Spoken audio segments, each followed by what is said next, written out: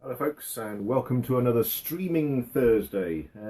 We do it on a Thursday because, well, it's that last day before the weekend, and hopefully this little bit of archery chat can get you over that final hurdle until it's the weekend and you can actually get out there and do some shooting yourself. Though looking at the weather and the fact they keep promising us snow leads me to think that may not happen. Excuse me having my coffee. I'm going to check whether any of you are actually listening or indeed watching whilst all this is going on. It appears that a couple of you are. Good. Well, pleased to see you. There's a bit of a quick one today, and a question, well, a thing that cropped up on Facebook, where somebody was talking about buying a bow that had been sat around for a long time, i.e. the people that own the bow know that it's been sat unused for a long length of time. In this case, I think it was 5 or 6 years, a long time, years rather than months. They were actually wondering how much the bow was worth, which is not my place to say. I didn't make the bow, so that's got nothing to do with me. But what concerned me was that people weren't mentioning that a bow that's been sat around for years, unused, i.e. not braced up, not shot, that there are problems with that. I was, as I say, concerned that nobody else had mentioned it, so I mentioned it. Now, the trouble with bows that haven't been used for a long time is essentially the wood that's in them, particularly, say, something that's been laminated. Woods can mature at slightly different rates, and also when you put a piece of wood that has been bent, i.e. tillered, which is the machine behind me here, which we use for training the bows, for tillering them, we actually have to physically bend the bow, get it to do something that that piece of wood, quite frankly, doesn't want to do. The only reason it may have elasticity in its natural form is to put up with wind and storms, i.e. bending when it's still in the tree. But for all intents and purposes, that tree goes from the ground up. It tries to reach the light, and therefore they tend to be straight, in inverted commas.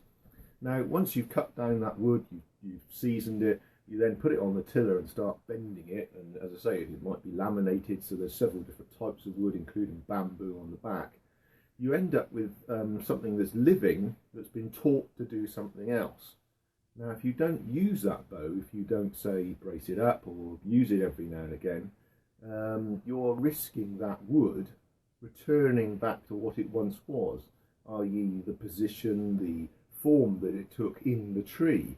It has a memory. It will always try to return to what it once was, which is of course how the bow works. The limbs try and return to their initial straight or even set back position so that they fire the arrow forward. Now, if you've got a bow and you know that you, say, left it sit for 6 months, say, just approximate time, there's no real definite time frame I can give you on this, but let's say 6 months is a long time to leave a bow unused. And we are talking about longbows here, we're talking about wooden bows, I'm not talking about modern bows, but wooden bows here. Now 6 months is a long time. I really would recommend, if you don't want to take it to somebody, which would be my first bit of advice, i.e. to an expert, to someone like us, or to the person that made the bow, and say to them, look, I haven't used this for a long time, 6 months plus, years, can you please check it out? Because it may need to be retillered. Now, a bow that's been sat around 5 or 6 years almost certainly will need to be retillered. And what I mean by that is somebody who A, either made the bow, or B, knows what they're talking about, a bowyer, can put it on the tiller, can have a look at it for you, draw it carefully. They'll only need to draw it a few inches at a time, which again is very difficult to do if you haven't got a tiller. Difficult to do. I'm sorry if there's a noise came through there. It looks like I just sold something on eBay. Yay! So really get it looked at. Particularly if it's a number of years, really do go back to the person who made it or someone who knows what they're talking about to get them to re-tiller it. Now there may well be a cost involved in this. If they do have to re-tiller it, it's going to mean removing the varnish, obviously at the very least, to possibly remove wood on the bow to get it bending correctly again. It might just be a case of putting it on the tiller and bending it and just redrawing the bow, and the bow might be fine again. This also doesn't mean that every single bow that you know has been left for X amount of months or years is not going to be okay when you pick it up. It might be completely and absolutely fine and you pick it up and you shoot it and there's nothing wrong with it, but it's unlikely if it's been left for years. So really the advice is, if you've got a bow, if you've got a longbow, say you've injured yourself or you've moved on, you've bought another type of bow, or maybe even you're off archery and you're not doing it anymore and you don't want to use the bow, at least brace the bow up, draw it up every now and again. Ideally every couple of weeks if you can, or at least once a month try and use the bow. And if you really are thinking, well, this bow is just going to be sat around, pass it on, sell it to somebody, get some use out of it.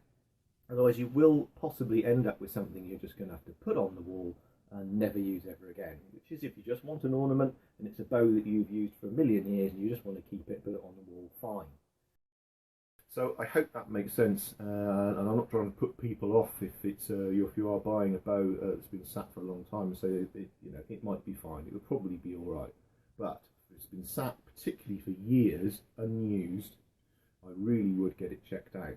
Also, you don't necessarily know where it's been stored. It might have been stored incorrectly, it might have been sat on its bottom limb, just leant up against the wall, in which case the bottom limb might be more bent than the top.